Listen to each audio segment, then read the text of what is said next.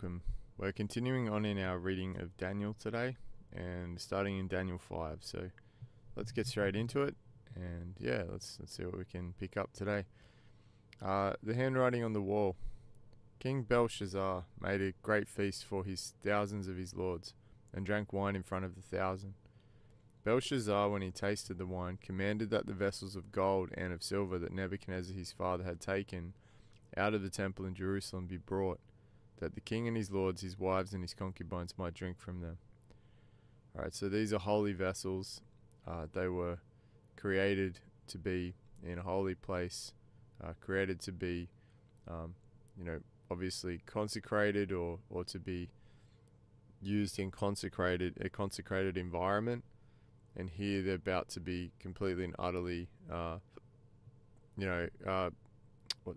defiled by having these this other nation of foreigners drinking from them, let alone his wives and concubines. It's like, it's almost like giving them to like a prostitute or something like that. It's like something holy to how we talked about yoking to a prostitute in the Bible is like taking something that's holy and then defiling it by yoking it to something that's unholy. So this has great ramifications, this passage, because we see the warning and the severity of the warning straight away. Then they brought in the golden vessels that had been taken out of the temple, the house of God in Jerusalem, and the king and his lords, his wives and his concubines drank from them. They drank wine and praised the gods of gold and silver, bronze, iron, wood and stone. Immediately the fingers of a human hand appeared and wrote on the plaster of the wall of the king's palace opposite the lampstand. And the king saw the hand as it wrote. Then the king's colour changed, and his thoughts alarmed him. His limbs gave way and his knees knocked together. The king called loudly to bring in the enchanters, the Chaldeans and the astrologers. The king declared to the wise men of Babylon, "Whoever reads this writing and shows me its interpretation shall be clothed with purple," which is royalty or majesty, "and have a chain of gold around his neck, and shall be the third ruler in the kingdom." Then all the king's wise men came in, but they could not read the writing or make known to the king's interpretation. Make known to the king the interpretation. Then King Belshazzar was greatly alarmed, and his colour changed, and his lords were perplexed. Which obviously means they don't know what this means. The queen, because of the words of the king and his lords, came into the banqueting hall, and the queen declared, "O king, live forever. Let not your thoughts alarm you, or your colour change. There is a man in your kingdom in whom is the spirit of the holy gods. In the days of your father, light and understanding and wisdom like the wisdom of the gods were found in him. And King Nebuchadnezzar, your father the king, made him chief of the magicians, enchanters, Chaldeans, and astrologers. Because an excellent spirit, knowledge, and understanding to interpret dreams, explain riddles, and solve problems are found in this Daniel, whom the king named Belteshazzar. Now let Daniel be called, and he will show the interpretation." So it's a bit like the story of Joseph that we see, very similar to the story of Joseph, where God used this role to lift up Daniel. But see, Daniel's somewhat been forgotten as things have changed, which is what happened with Joseph as well. So what happened was that they were all in Goshen, all the Israelites, and the new Pharaoh came along, and he became afraid of them because of their numbers, and because of that, he started to then persecute them and put them into slavery. Daniel interprets handwriting. Then Daniel was brought in before the king. The king answered and said to Daniel, "You are that Daniel, one of the exiles of Judah, whom the king my father brought from Jerusalem. My king father brought from Judah. I have heard of you that the spirit of gods is in you, and that light and understanding and excellent wisdom are found in you. Now the wise men, the enchanters, have been brought in before me to read this writing and make known to me its interpretation, but they could not show the interpretation of the matter." Just 1 second, guys. I'm just trying to fix this thing here. How do I do that? this on the stream.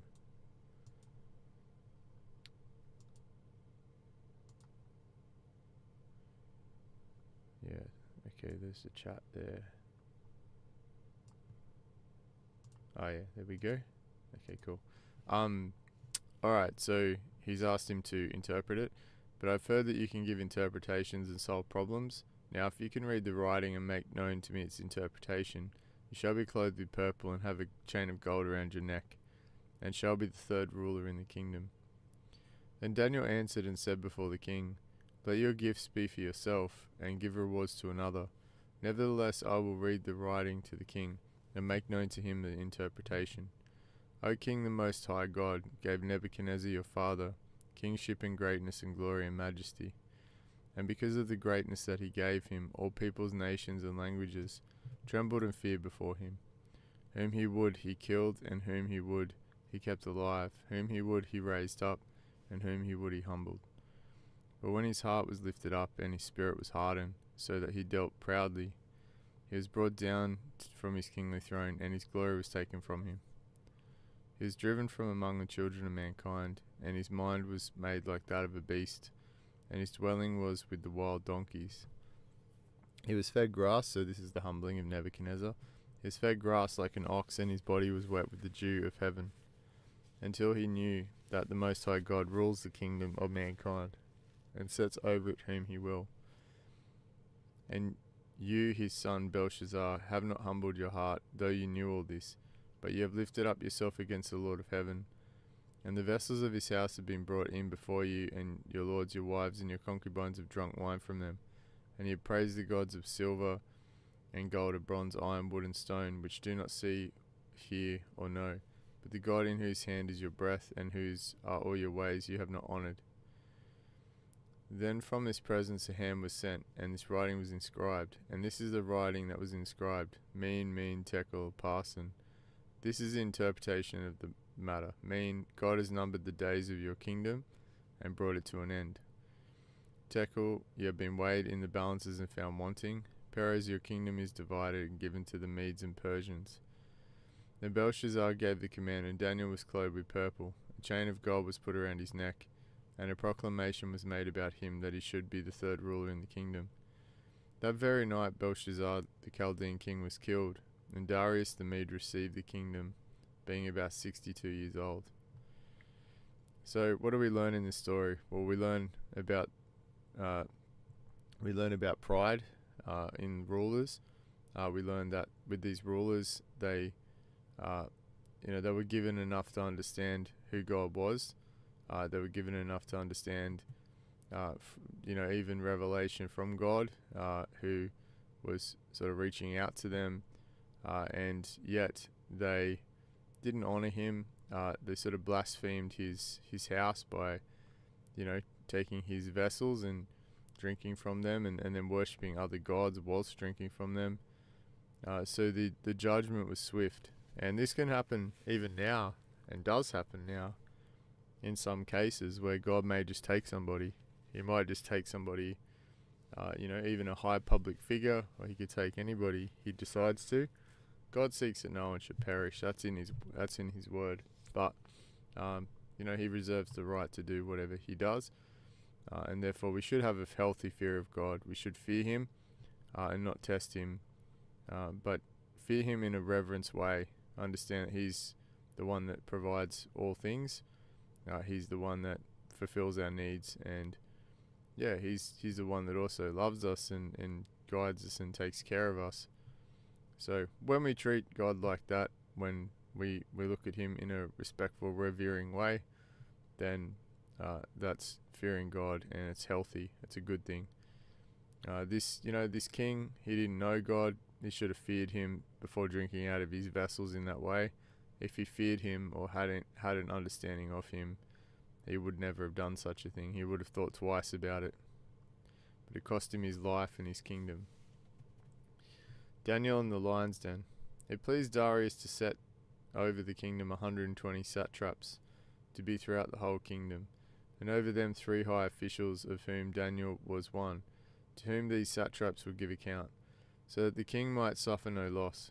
Then this Daniel became distinguished above all the other high officials and satraps, because an excellent spirit was in him, and the king planned to set him over the whole kingdom. Then the high officials and the satraps sought to find a ground for complaint against Daniel with regard to the kingdom, but they could find no ground for complaint or any fault, because he was faithful, and no error or fault was found in him. Then these men said, "We shall not find any ground for complaint against this Daniel, unless we find it in connection with the law of his God." Then these high officials and satraps came by agreement to the king, and said to him, "O King Darius, live forever. All the high officials of the kingdom, the prefects and the satraps, the councillors and the governors, are agreed that the king should establish an ordinance and enforce an injunction that whoever makes petition to any god or man for 30 days, except to you, O king, shall be cast into the den of lions. Now, O king, establish the injunction and sign the document, so that it cannot be changed, according to the law of the Medes and the Persians, which cannot be revoked." Therefore King Darius signed the document and injunction. When Daniel knew that the document had been signed, he went to his house, where he had windows in his upper chamber open towards Jerusalem. He got down on his knees 3 times a day and prayed and gave thanks before his God, as he had done previously. Then these men came by agreement and found Daniel making petition and plea before his God. Then they came near and said before the king concerning the injunction, "O king, did you not sign an injunction that anyone who makes petition to any god or man within 30 days, except to you, O king, shall be cast into the den of lions?" The king answered and said, "The thing stands fast according to the law of the Medes and Persians, which cannot be revoked." Then they answered and said before the king, "Daniel, who is one of the exiles from Judah, pays no attention to you, O king, or the injunction you have signed, but makes his petition 3 times a day." Then the king, when he heard these words, was much distressed and set his mind to deliver Daniel, and he laboured till the sun went down to rescue him. Then these men came by agreement to the king and said to the king, "Know, O king, that it is the law of the Medes and Persians, that no injunction or ordinance that the king establishes can be changed." So you can see what these men are doing is they're taking opportunity of the situation to get rid of Daniel, possibly jealousy, other things, but they're trying to get rid of him because they don't like him, and they're using this situation, and they're also manipulating the king in the sense that they know the king can't do anything, so they're kind of using that situation, and the king's put in he's put between a rock and a hard place. Then the king commanded, and Daniel was brought and cast into the den of lions. The king declared to Daniel, "May your God, whom you serve, continually deliver you." And a stone was brought and laid on the mouth of the den, and the king sealed it with his own signet, and with the signet of his lords, that nothing might be changed concerning Daniel. And the king went to his palace and spent the night fasting. No diversions were brought to him, and sleep fled from him. Then at the break of day the king arose and went in haste to the den of lions. As he came near the den where Daniel was, he cried out in a tone of anguish. The king declared to Daniel, "O Daniel, servant of the living God, has your God whom you serve continually been able to deliver you from the lions?" Then Daniel said to the king, "O king, live forever. My God sent his angel and shut the lions' mouths, and they have not harmed me, because I was found blameless before him. And also before you, O king, I have done no harm." And the king was exceedingly glad and commanded that Daniel be taken up out of the den. So Daniel was taken up out of the den, and no kind of harm was found on him, because he had trusted in his God. And the king commanded, and those men who had maliciously accused Daniel were brought and cast into the den of lions, they, their children, and their wives. And before they reached the bottom of the den, the lions overpowered them and broke all their bones in pieces. So, once again, it goes back to God's righteousness, how we treat one another. We love one another. And when we start to accuse each other or start to mistreat each other, this is what happens. Justice is served. Then King Darius wrote to all the peoples, nations, and languages that dwell in all the earth, "Peace be multiplied to you. I make a decree that in all my royal dominion people are to tremble and to fear before the God of Daniel. For he is the living God, enduring forever, His kingdom shall never be destroyed, and his dominion shall be to the end. He delivers and rescues, he works signs and wonders, in heaven and on earth. He who has saved Daniel from the power of the lions. So this Daniel prospered during the reign of Darius and the reign of Cyrus the Persian. So Belshazzar, he died, and then we see Darius takes over because their rivals take over the land, and then we see the Persians, Media Persia, so Iran basically, they take over the land, and then we see here Cyrus also follows after Darius. Daniel's vision of the four beasts. In the first year of Belshazzar, king of Babylon, Daniel saw a dream and visions of his head as he lay in bed. Then he wrote down the dream and told the sum of the matter. Daniel declared, I saw in my vision by night, and behold, the four winds of heaven were stirring up the great sea. And four great beasts came up out of the sea, different from one another. The first was like a lion and had eagle's wings. Then as I looked, its wings were plucked off, and it was lifted up from the ground and made to stand on 2 feet like a man. And the mind of a man was given to it. And behold, another beast, the second one, like a bear, it was raised up on one side. It had 3 ribs in its mouth between its teeth, and it was told, Arise, devour much flesh. After this I looked, and behold, another like a leopard, with 4 wings and a bird on its back. And the beast had 4 heads, and a dominion was given to it. After this I saw in the night vision, behold, a 4th beast, terrifying and dreadful and exceedingly strong. It had great iron teeth. It devoured and broke in pieces and stamped what was left with its feet.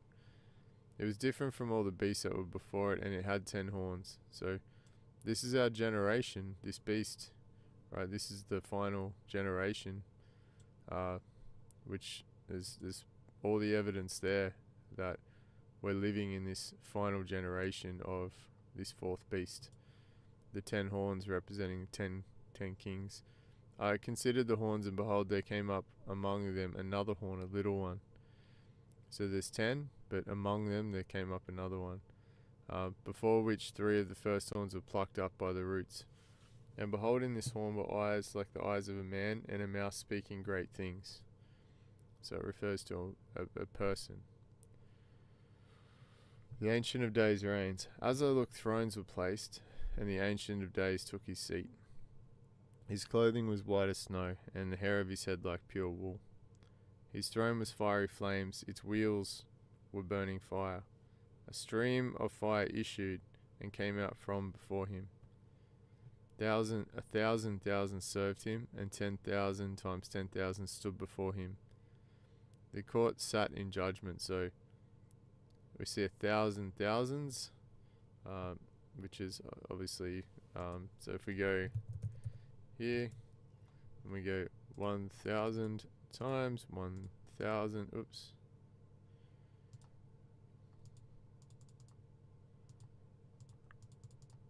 Okay, and we see we've got 1,000,000, and so 1,000 thousands, so it's the numbers in millions served him. Okay, so when you look at that, it's quite interesting, isn't it, that it's saying there's only a few million that serve him, and out of 8 billion people, there's only a few million that really actually serve him. That's not many, is it? When you consider the numbers, and then 10,000 times 10,000, so 10,000 times 10,000. Okay, we start to say hundreds of millions. They stand before him, and then the court sat in judgment. So I looked, and behold, because of the sound of the great words that the horn was speaking, and as I looked, the beast was killed, and its body destroyed, and given over to be burned with fire. As for the rest of the beasts, their dominion was taken away, but their lives were prolonged for a season and a time. So we see here this one horn that came up, it was speaking great words, and then we see this beast is actually killed, the 4th beast, and it's given over to be burned with fire. And then we see the rest of the beasts, the first three, which represent these empires. Their dominion was taken away, but their lives were prolonged for a season and a time, because they're part of the nations. The Son of Man is given dominion. I saw in the night visions, and behold, with the clouds of heaven, there came one like a Son of Man, and he came to the Ancient of Days, and was presented before him. And to him was given dominion and glory and a kingdom, so we know this is Jesus, that all peoples, nations, and languages should serve him. His dominion is an everlasting dominion which shall not pass away, and his kingdom one that shall not be destroyed. Daniel's vision interpreted. As for me, Daniel, my spirit within me was anxious, and the visions of my head alarmed me. I approached one of those who stood there and asked him the truth concerning all this. So he told me and made known to me the interpretation of the things. Okay, so you can see that Daniel has the dream, but he doesn't just know the interpretation. He also has to seek out the interpretation. These four great beasts are four kings who shall arise out of the earth. But the saints of the Most High shall receive the kingdom, and possess the kingdom forever, forever and ever. Then I desired to know the truth about the fourth beast, which was different from all the rest, exceedingly terrifying, with its teeth of iron and claws of bronze, and which devoured and broke in pieces and stamped what was left with its feet, and about the 10 horns that were on its head. And the other saints of the Most High, and the time came. I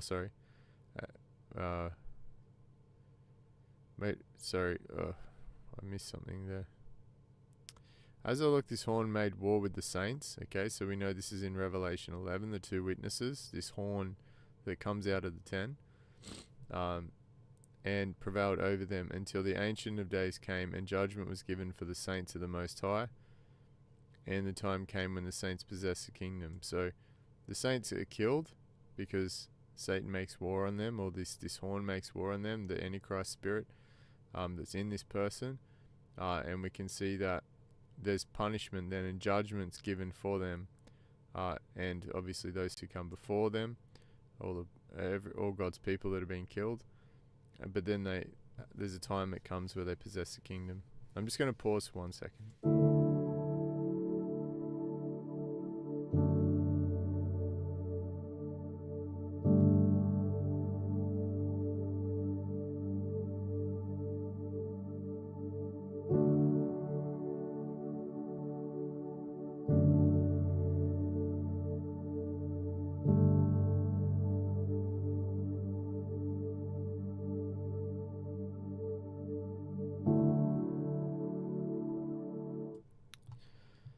Alright, and then he says, Thus he said, as for the fourth beast, there shall be a fourth kingdom on earth, which shall be different from all the kingdoms, and it shall devour the whole earth, and trample it down and break it to pieces. Have a look at what's happening in the world today. We're seeing everything be decimated. They publicly it's been done in the name of climate change, but in reality we can see the intervention of man. They're putting they've modified the environment. They're putting things like mRNA in the food, and other things as well. mRNA is a zipper which changes DNA, and inserts instructions within it. And so they're doing all these things. And this is the days of Noah, because in the days of Noah, this is what the fallen ones did, except they mingled with humanity. And there was so much violence and bloodshed, that every thought of man continually was violence. It was wicked. So God destroyed them, and only 8 people were left. And we're living in this time again where we're seeing systematic destruction of everything. The ocean life, the trees, the forest, the animals. It even got to a point where they were messing with nature so much. They're putting fart bags on cows to try and stop them producing methane. They're messing with every component of nature, and everyone and every animal, everything has to have some sort of, injected with something to change it, because they're saying that God's creation's not good enough, right? And that's the real reality. Have a look at the rise in the last 40-50 years of allergies, right? Have a look at the rise of allergies, or people who are allergic to things, and all of a sudden there's all this like people are allergic to dairy and meats and other things. Isn't it funny that the big part of their agenda is to stop people eating dairy and meat and to go to like manufactured foods? And so for the last 40 years, it's been increasing. So much so that, places have to have different types of milks now and different types of products. And you can see that, like, that's not something that's ever happened in human history. But why did it happen in the last, number of years? Like maybe the last 80 plus years, and so forth, right? Why did that happen? Ask these questions and you start to realize that it's human intervention, right? It's human intervention, and those humans that are doing it, they're absolutely set on, designing and changing their world using technology. So we live in a place, this fourth kingdom, that's devouring the whole earth. It's doing it now. It's trampling it down. It's breaking everything into pieces. As for the 10 horns, out of his kingdom 10 kings shall rise, and another shall rise after them. He shall be different from the former ones. He shall put down 3 kings. He shall speak words against the Most High, and shall wear out the saints of the Most High, and shall think to change the times in the law, and they shall be given into his hand, for a time, times, and half a time, 3.5 years. But the court shall sit in judgment, and his dominion shall be taken away, to be consumed and destroyed to the end. And the kingdom and the dominion and the greatness of the kingdoms under the whole heaven shall be given to the people of the saints of the Most High. So we can see that God's intent is for his people to rule and reign with him. And we know that Jesus sits on the throne of David forever. So, underneath Jesus, his people will rule and reign with him, and that's his intent. Is to remove the unrighteousness from these people that have destroyed the world, right? They've destroyed the earth and done all of these things. They'll be removed, and we see that he creates a new heaven and a new earth eventually, and that's his plan, is that we would all live in God's original creation. It is what he created for us, and so to dwell with him. So we'll rule and reign with him. We'll dwell with him. He'll dwell in our midst. His kingdom shall be an everlasting kingdom, and all dominions shall serve and obey him. Here is the end of the matter. As for me, Daniel, my thoughts greatly alarmed me, and my colour changed, but I kept the matter in my heart. Daniel's vision of the ram and the goat. In the 3rd year of the reign of King Belshazzar, a vision appeared to me. Daniel, after that which appeared to me at the first. And I saw in the vision, and when I saw, I was in Susa the citadel, which is in the province of Elam. And I saw in the vision, and I was in the Ulai canal. I raised my eyes and saw, and behold, a ram standing on the bank of the canal. It had 2 horns, and both horns were high, but one was higher than the other, and the higher one came up last. I saw the ram charging westward and northward and southward. No beast could stand before him, and there was no one who could rescue from his power. He did as he pleased and became great. As I was considering, behold, a male goat came from the west across the face of the whole earth, without touching the ground, and the goat had a conspicuous horn between his eyes. He came to the ram with the 2 horns, which I had seen standing on the bank of the canal, and he ran at him in his powerful wrath. I saw him come close to the ram, and he was enraged against him, and struck the ram and broke his 2 horns. And the ram had no power to stand before him, but he cast him down to the ground and trampled on him. And there was no one who could rescue the ram from his power. Then the goat became exceedingly great, but when he was strong, the great horn was broken, and instead of it there came up 4 conspicuous horns towards the 4 winds of heaven. Out of one of them came a little horn, which grew exceedingly great towards the south, toward the east, and towards the glorious land. It grew great even to the host of heaven, and some of the host and some of the stars it threw down to the ground and trampled on them. It became great, even as great as the prince of the host, and the regular burnt offering was taken away from him, and the place of his sanctuary was overthrown. And a host will be given over to it together with the regular burnt offering, because of transgression. And it will throw truth to the ground, it will act and prosper. Then I heard a holy one speaking, and another holy one said to the one who spoke, "For how long is the vision concerning the regular burnt offering, the transgression that makes desolate, and the giving over of the sanctuary and a host to be trampled underfoot?" And he said to me, "For 2300 evenings and mornings, then the sanctuary shall be restored to its rightful state." So we can see in Daniel, it points to these events of the past, but it also, just like in the prophecy of Malachi, there's also a future component to it as well. And that's one of the things that I think a lot of theologians tend to argue or get stuck on, is they say, well, all this has been finished. And many argue that everything in the tribulation's completed and done, and all of these things. Some even argue that there's no wrath of God and other things, which is crazy. That's why God's been warning us for 2,000 years, because of how terrible this is going to be. So anyone who starts warning, that the tribulation's done already, is completely out of touch with the Word of God. The interpretation of the vision. When I, Daniel, had seen the vision, I sought to understand it. And behold, there stood before me having the appearance of a man. And I heard a man's voice between the banks of the Ulai, and it called, "Gabriel, make this man understand the vision." So he came near where I stood, and when he came, I was frightened and fell on my face. But he said to me, "Understand, O son of man, that the vision is for the time of the end." And when he had spoken to me, I fell into a deep sleep with my face to the ground. But he touched me and made me stand up.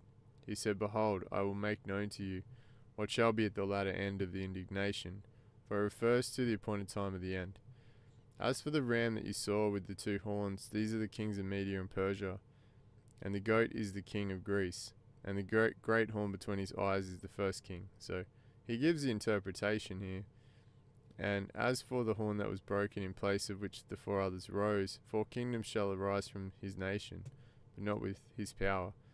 And at the latter end of their kingdom, when the transgressors have reached their limit, a king of bold face, one who understands riddles, shall arise.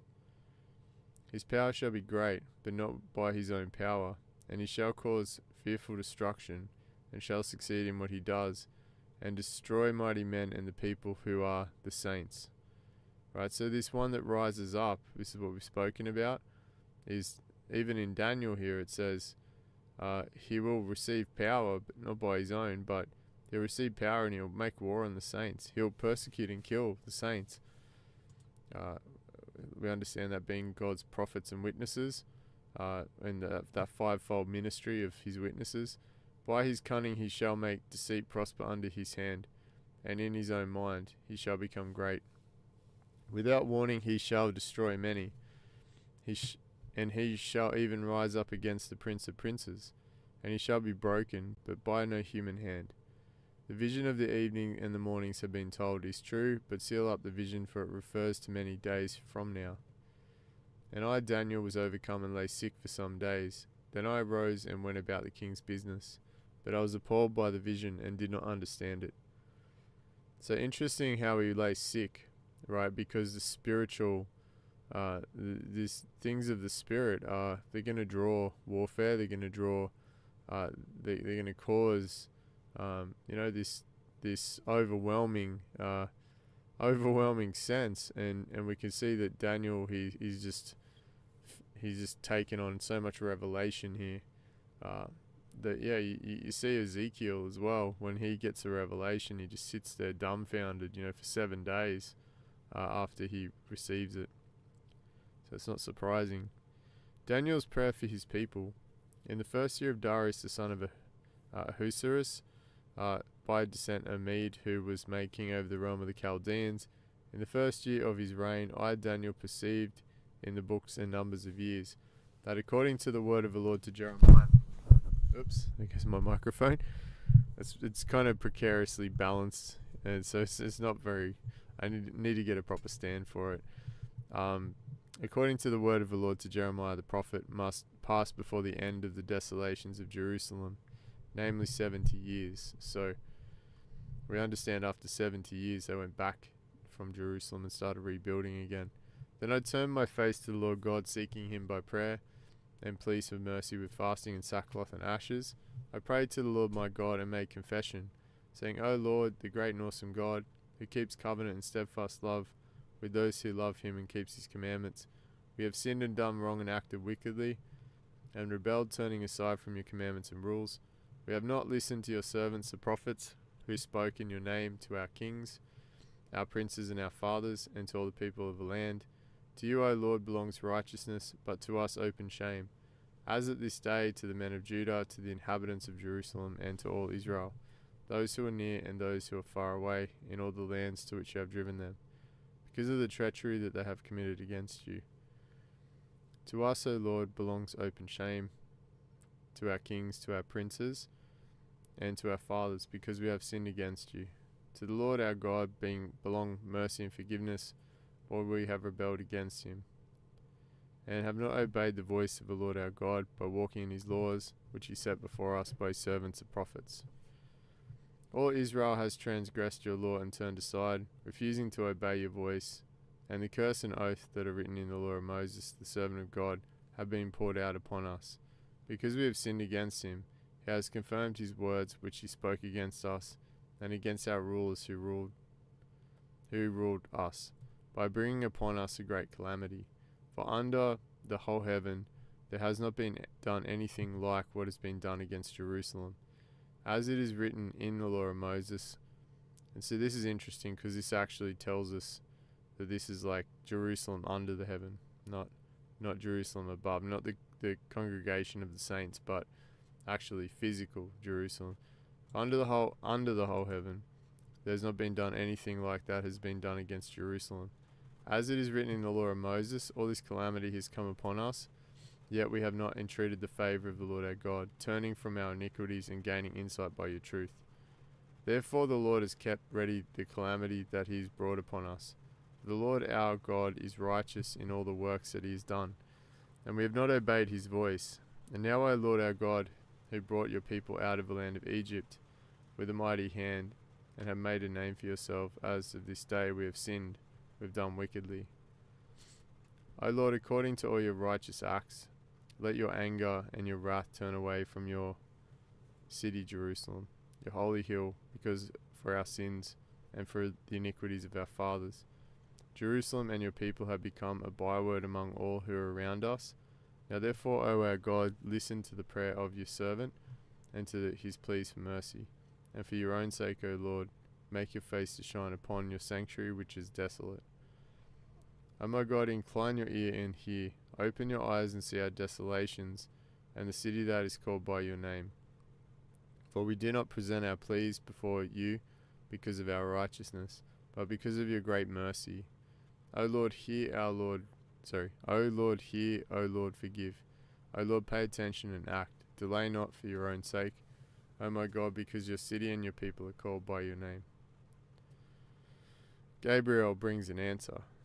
While I was speaking and praying, confessing my sin and the sin of my people Israel, and presenting my plea before the Lord my God for the holy hill of my God, while I was speaking in prayer, the man Gabriel, whom I had seen in the vision at the first, came to me in swift flight at the time of the evening sacrifice.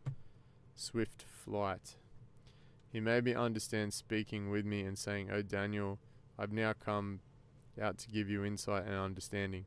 At the beginning of your pleas for mercy a word went out, and I have come to tell it to you, for you are greatly loved. Therefore consider the word and understand the vision.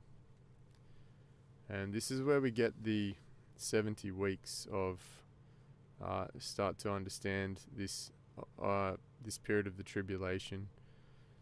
70 weeks are decreed about your people and your holy city to finish the transgression, to put an end to sin, and to atone for iniquity, to bring in everlasting righteousness, to seal both vision and prophet, and to anoint a most holy place. Know therefore and understand that from the going out of the word, to restore and build Jerusalem, to the coming of an anointed one, a prince there shall be 7 weeks. And for 62 weeks it shall be built again with squares in the moat, but in a troubled time. And after the 62 weeks an anointed one shall make a strong covenant. Sorry, am I in the right spot? Hang on. After 62 weeks an anointed one shall be cut off and shall have nothing. And the people of the prince who is to come shall destroy the city and the sanctuary, So the people of the prince who is to come shall destroy the city and the sanctuary. Its end shall come with a flood, and to the end there shall be war. Desolations are decreed, and he shall make a strong covenant with many for 1 week, which is 7 years. And half the week he shall put an end to sacrifice and offering. So half of it, an end to sacrifice and offering. So if this is like, God's people who are basically now like praying and seeking God, and our walking by faith and bearing fruit of the Spirit and so forth, this would imply that for half of this time that he's going to basically try and stop all following of this belief, right? Remember, he changes laws and times as well, and he wears out the saints. So he's going to come up against the beliefs of the Christians and prevent them from practicing their faith, or because he's going to want to call everybody to worship his image and the number and the name and so forth, and the mark of the beast. And on the wings of abominations shall come one who makes desolate, until the decree end is poured out on the desolator. So he's the one that makes things desolate, but then it'll be poured out on him. And I'm going to leave it there.